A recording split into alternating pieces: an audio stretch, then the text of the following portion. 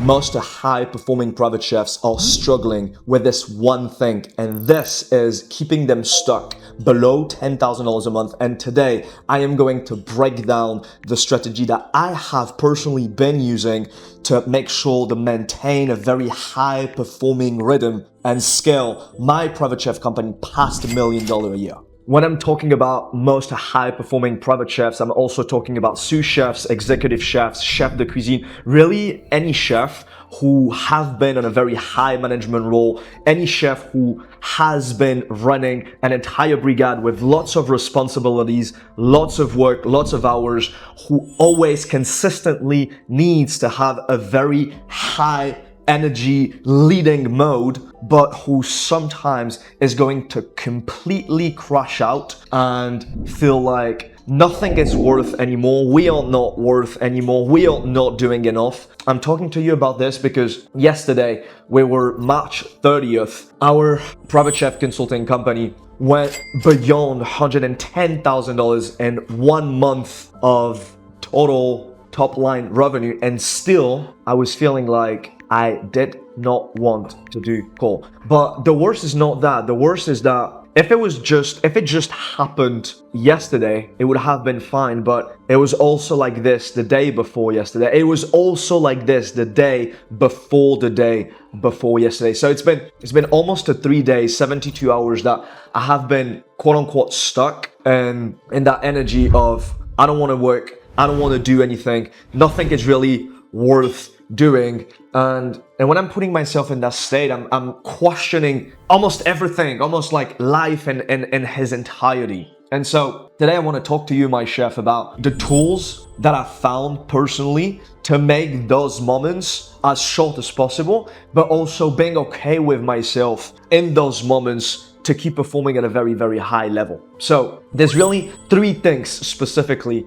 who I've been implementing now for years to allow me to keep going. But before I'm breaking down for you those 3 things, and by the way, the third thing is probably something that you never ever thought about. Before I break down those 3 things, I wanna circle back 10-ish years ago when this feeling really for the first time took a toll on me. So I was about, like 18, 20-ish, and I always feel tired. I would consistently feel tired. No matter how much I sleep, no matter how much I rest, no matter how much I would recover, I would still feel tired. And so I didn't really pay too much attention at this moment of my life. I'll just guilt myself. I'll just think that I wasn't strong enough. I'll just think that fine dining wouldn't be something for me. I would feel like I'm not made for that, and I'm probably just a weak piece of shit. That's really genuinely what I was thinking about myself until I became a private chef at 22 years old, and then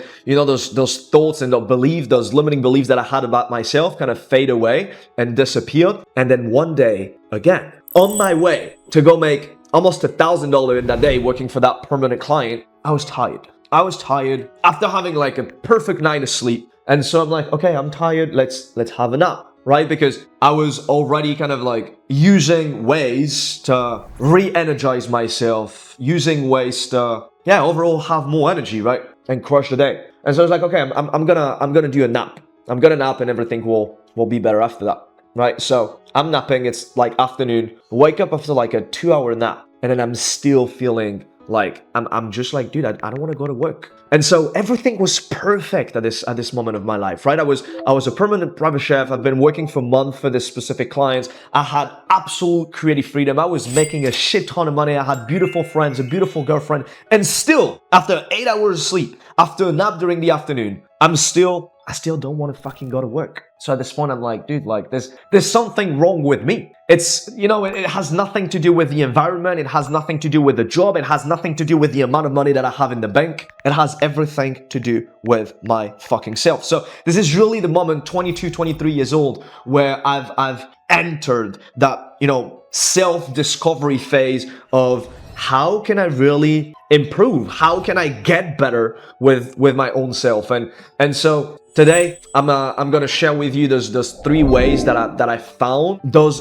functional ways that I found to healthily make myself better and stay on track. The first one is the sleep. Some people genuinely don't need as much sleep as other people. I'm not one of those. I can perfectly function with 4 or 6 hours of sleep, but I don't like it. My body is not made for that. My body isn't set up for me to consistently perform with 4, 5, 6 hours of sleep. I need like minimum 8, ideally 9. But again, I'm a business owner, I have responsibilities, and fortunately I cannot just sleep 9 hours a day every single day. But I've came to a conclusion that every time that I would hit the top of a momentum, I know that I will crash because I went on this very long and intensive sprint and I just need to sleep, I just need to rest, I just need to recover.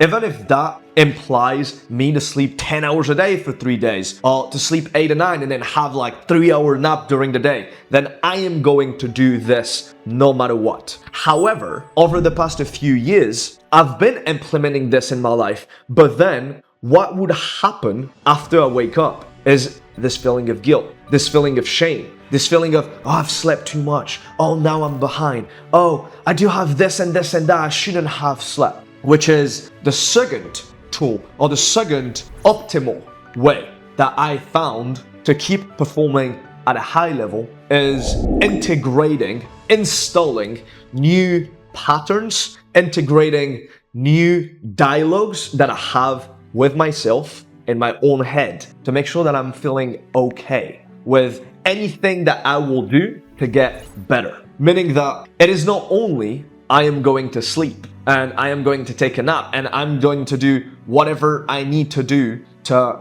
go back on track, is after I do this, how can I maintain this very healthy dialogue in my head so I don't feel guilty and I don't feel ashamed? Because I realized that those emotions are actually having more of a negative impact on my performance and on the results than the actual tiring itself, that the actual, I'm not going to do fuck all today because I am tired. And so I would completely lose momentum, not because I've stopped, not because I'm resting, not because I'm taking an extra day off. I would actually lose complete momentum because after that, I would keep this very toxic dialogue in my own head, blaming myself for being such a terrible person for sleeping in. So tool and optimal way, number 1, sleeping in. Really not fancy shit, right? Second tool optimal way to keep performance high, maintaining and installing this new very healthy dialogue in my own head.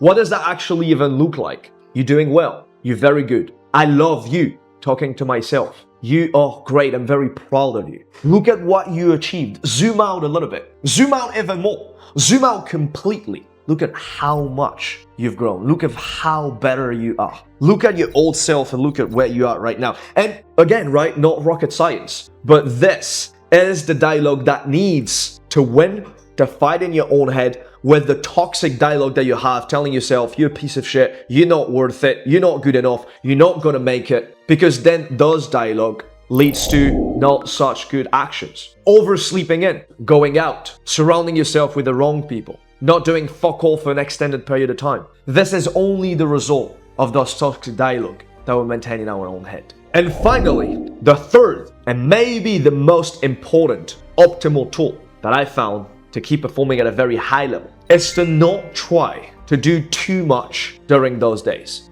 Crazy advice too, right? So I would look at everything that I have to do and I would remove absolutely everything that is not non-negotiable. And when we actually look at it, there are very, very few activities, very, very few tasks in a business, on a daily business as a business owner, that are not negotiable for that day. I don't know you, but for me personally, it doesn't take me too much to just wake up and show up. But in showing up, there are a lot of activities that are going to create so much friction, so much resistance. I'm just not going to do them. I'll be okay with myself with putting those tasks on the side, making that to-do list so fucking huge, because I know that as soon as I go back on track, as soon as I wake up out of this difficult period, I'll knock it all out. that is it. These are the 3 optimal tools that I personally found as a very high performing business owner and private chef to make sure that a month like last month, even if I had multiple of those periods inside of that month, we hit a 6-figure month and beyond. That is the end of this video. Follow this account, subscribe to the channel, leave a comment down below. Let me know what is the tool, all the tools, optimal and healthy, that you personally found to make sure that you keep momentum long, high, and intense until the next one. Thank you for watching. I'll see you in the next video. Bye.